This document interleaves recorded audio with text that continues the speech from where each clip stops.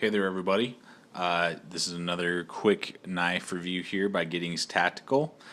This is the knife review of the Ontario Knife utilitac 2.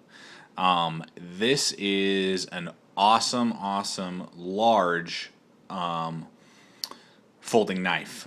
You can't get much bigger than this for definitely EDC. I would definitely put this in the tactical department for folding knives. This is one heck of a tank of a knife. So let's just kind of get to it here, take a look at it. This is designed very similar to the Rat 1. If you've ever seen the Ontario Rat 1, this is very similar in both design, construction, and in my opinion got some of the things that maybe the Rat 1 didn't have and did a little bit better on it. So let's look at it here again. Like I said, I mean, this is just a beefy tank of a knife. The overall length is 8 inches. The blade length is 3.5. And the weight is 5.6 ounces. I mean, that is a heavy knife in comparison to, I mean, if you're looking at like a Skyline, Kershaw Skyline, I mean, this is like 2.3 ounces. So, I mean, this is almost 3 times as much, 2.5 times as much. So this is definitely a tank of a knife, like I've said a couple times now. You can get this in multiple different blade styles. This is the Tanto blade. I like Tantos a lot. You can also get this in serrated. Only with the Tanto, the serration goes the whole length of this bottom blade, and then this is the only straight part. And I just don't like serrations anyway. But you can also get this in normal sweat belly kind of clip point design, and you can get those in serration or not, and you can get it with flat black for super tactical, or this bead blasted satin. Couple things to note here really quick, and I've had this knife now for about 6 months. Definitely put it through its paces, used it a lot. You can definitely see there's some wear and tear on it. I did not know this until actually tonight when I decided to do this review. I was doing some research on it before I reviewed it. Flat grind, awesome. This has a flat grind versus a hollow grind, which is really sweet. Because it just means that the grind is a little stronger and is going to hold up to the test of time longer than a hollow grind, which is very impressive, and I like that feature a lot. And it has proved that because I just recently have had to sharpen it. You can kind of see there's some scratches and stuff on the blade. I've only recently had to sharpen it after 6 months of heavy-duty hard use. Let's see here. Super sharp tip point right there. Very thick blade. I think this is like almost 0.2 inches. A very thick blade. They taper it well to this spear Tanto point right there. Wicked sharp out of the box, and just lasted a very long time before I needed to resharpen it. With the flat grind, when I resharpened it, it went almost back to factory. I'm not a great sharpener. I'm really trying to work on becoming a very good sharpener when I have to resharpen my knives, and this is one that I'm kind of practicing on. And for the price, I mean, it's insane. I mean, you're talking like around $30-35 for this knife. Let's see here, and I've never really held a knife that just felt so good in my hand. I mean, very thick. It's a very thick knife, but it just feels amazing in your hand. This finger choil right here, everything about it. So, AUS 8 steel, made in Taiwan. AUS 8A, sorry, steel, made in Taiwan. The designer is Joe Perdue. I guess he's a pretty well-known knife designer. But let's see here, jimping all along the upper part of the handle, as well as the thumb ramp that they've designed right here. And this jimping is very good, very thick. You're going to get some really good texture. You're not going to slip or anything else like that. And just the thickness of the blade mixed with the jimping both on the handle and on the blade is just awesome. When your finger is right there, I mean, it ain't going anywhere, and you can definitely do some heavy, I was doing some heavy stuff that I would almost do with a small fixed blade with this particular knife. Let's see here. Then let's kind of move on down to the handle.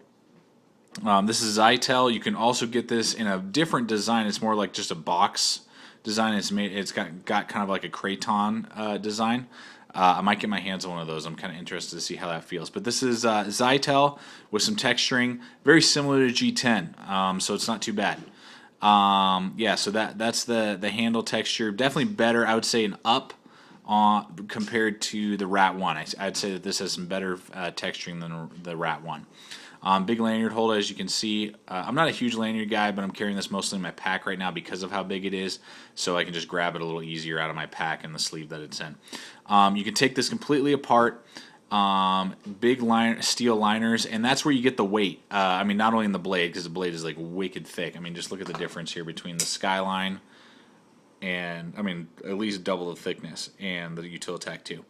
But let's see here, and I really, because of that, I mean, I love the heft of it. It's so heavy, but at the same time, I really wish they had skeletonized the liners in there. You can. I've seen a couple people do it. Take it all apart, drill some holes. I may actually do that with this knife and just do some more mods with it, and drill out some of the holes and just make this a little bit a lighter knife. Maybe take an ounce out of it. Yeah, liner frame, liner lock. The liner lock is amazing, just like the Rat 1 liner lock, if you've seen those, or maybe you own one. I mean, the liner lock is an awesome, I mean, no wiggle, up, down, side to side, and a really good grab there, so you can flip it out, and I mean, when it pops out, you can hear it pop, you know, from like across the room into its locking mechanism, and it ain't gonna collapse on you. So I mean, that's really nice. And just the handle itself, I mean, just feels really good in your hand. You got jimping up here as well. So if you're holding it in a tactical format, again, this knife is so big I can barely get it on screen. If you're holding it in a tactical format, your thumb is resting right there on the back of it, and you got the jimping right back here on the thumb. And it just feels great in the hand, like I said, both ways. Let's see here. What else are we looking at? Pocket clip, which is awesome. Tip up, tip down, right, left, which is pretty sweet. So you can definitely you know, carry it any way you want, righties or lefties. And they did really well with this pocket clip. It's very strong. I mean, I can't, you can, man, I am like working to try and pull that off. It rides pretty low, actually, which is great. Pretty happy with that. Rides pretty low. The profile isn't extremely high. This little lip right here isn't sticking far out, so it's not going to catch. And this Zytel isn't too rough to where it's going to really tear up your pocket, which is great. So I mean, this isn't going to really chew up your pocket like some other knives. So great on the pocket clip. They did a good job with that. They got kind of a little plastic piece right here that you can replace if not. Let's see here. Brass bushings in here. So I got to tell you, without flicking my wrist, I can get it to pop right out. Now I have put a little bit of lube in it, and I've had it, like I said, for like 6 months. But yeah, I mean, you can flip this sucker out with the thumb studs without even flipping your wrist. And if you decide to flip your wrist, I mean, this thing is gonna just as fast, almost as fast as the Rat 1. I think the Rat 1 just has a little bit better ergonomics in the sense that you can flip it out a little faster. But thumb studs on either side. Those stick out just great, so you can grab it no problem, and you just flip it right out super quick. So I don't really have any complaints with this knife. The only downside that I've had is, and I'm going to have to play with it some more and figure out what exactly is going on, but over time it is kind of almost tightened itself. I think with this screw, I think I might have to put some Loctite in here to keep this screw from tightening on itself, because what I see happening is it starts to tighten on itself and starts to get some gunk on the brass bushings, and it's actually like gotten to the point where it gets stiffer. The more I play with it, the more I flip it out, in and out, open, close, it started to get stiffer and stiffer to where I was like, I mean, it felt like there was sandpaper in there, like I had gotten some sand and I took it all apart and cleaned it all out, and now it works great again. But that's happened about twice in the 6 months that I've owned it. I've had to take it apart, clean the bushings out, retighten it, and loosen it a little bit. So I don't know if that's a tightening issue where the bolt is tightening on itself over time, or it's just gunk getting in there. That's the only downside that I see. That didn't really happen with my Rat, because I have a Rat 1, and that didn't really happen with my Rat 1. It never had any bushing issues. So it's kind of had a little bit of bushing issue, but I mean, I just take it apart, I clean it up, and then it works great for about another couple months, and then it starts to kind of slowly tighten or something, kind of get gunky again maybe in there, but I'm not quite sure. So that's the only diss I'd really have against it, and maybe the weight. I mean, but at the same time, it is a huge tactical blade. You can definitely use this for military use, law enforcement, self-defense. It is 3.5 inches, so it is legal in, I think, every state. And it's not automatic, so you don't have to worry about that. So this is the utilitac 2. A great design. Check one out. The price point is amazing. Osate steel. I put this up against any heavy duty. Like I'd put this up against a Cold Steel Lawman or a Cold Steel Recon 1.